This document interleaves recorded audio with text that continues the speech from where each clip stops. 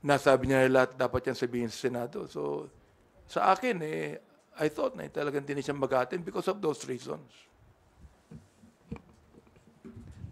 Thank you. Thank you, Earl.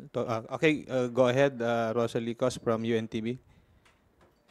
Almost same question with Marian kay Kong Barbers po. Kasi you said contemplating po last week pa kung itutuloy o hindi. And the invitation to former President was sent on November 11.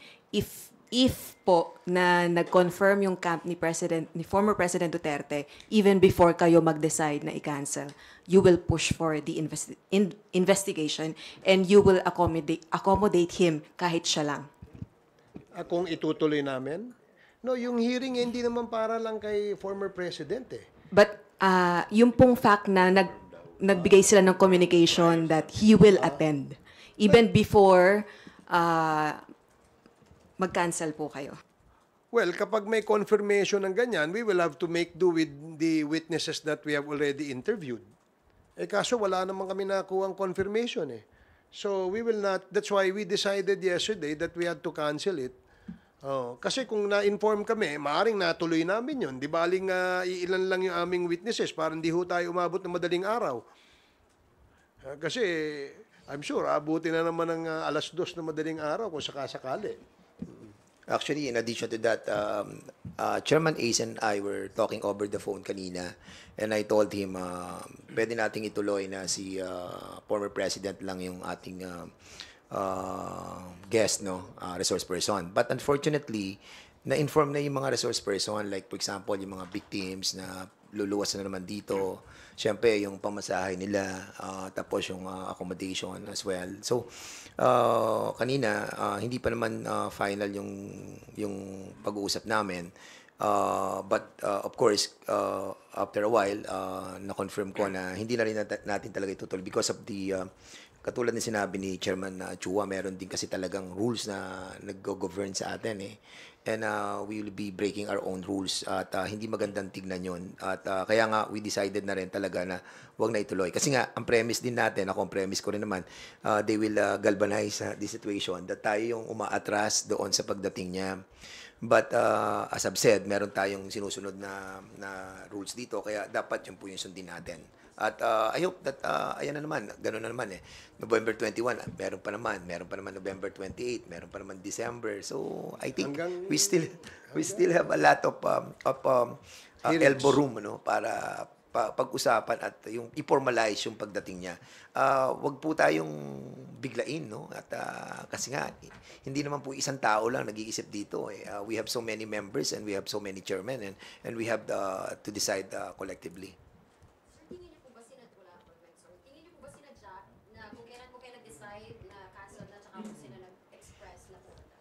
Ako, sa tingin ko, sinadya yun.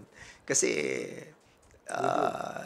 Sunday pa lang pinag-uusapan na to eh. Kaya nga, yun yung, ano nila, yung style eh, di ba? And to make it appear na tayo yung umaatras sa ganitong klase ng invitation.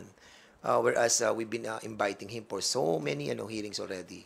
If I'm not mistaken, doon pa lang sa committee ng EJK, ng Human Rights, months ago pa yan, in-invite na po ni Chairman Abante. And they declined. And now, nag-hearing na po tayo, na-convene na yung Quadcom, we continually inviting the former president. Pero still,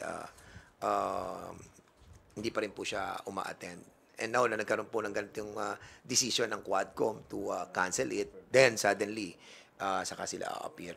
Magmumukha naman po kaming we're not following our own rules. Pangit po sa ating pong mga members.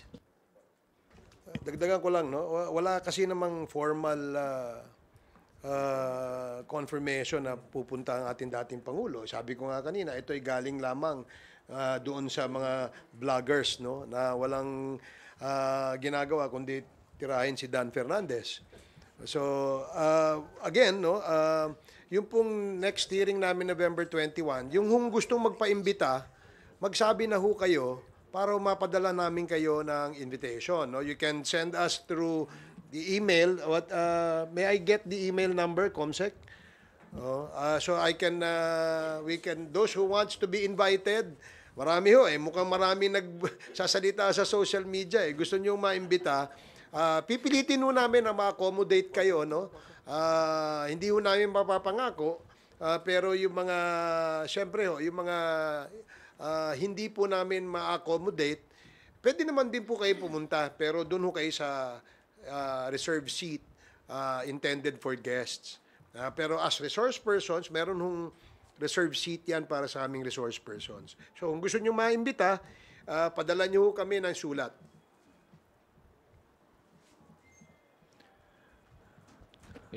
Okay. Bibian Gulia from ABS-CBN2. Sir, if you would have confirmation lang, si Colonel Garma raw po left the country last November 7th. Hindi na po ba siya kakailanganin tanungin pa ng Quadcom? No, nandiyan siya nung huling hearing namin kasama niya yung si dating Colonel Leonardo. He was also there, represented by with his lawyers, no, kasama. So we have no idea kung umalis sa bansa, nasa bansa ba, nakaalis na.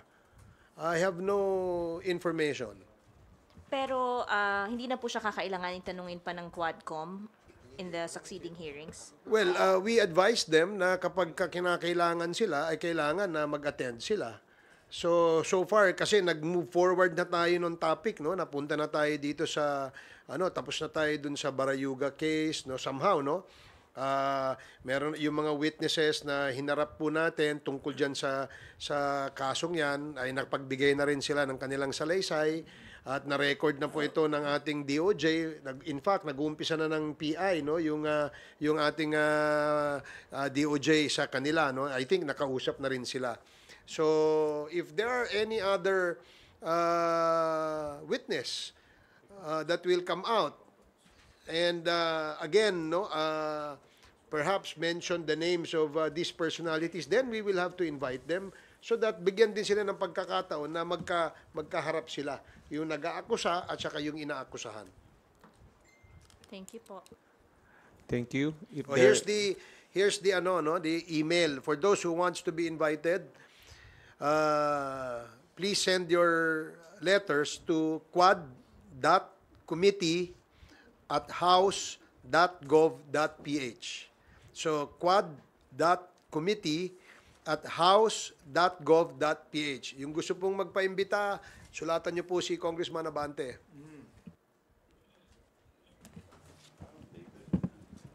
Pati yung vloggers, pwede namin imbitahan.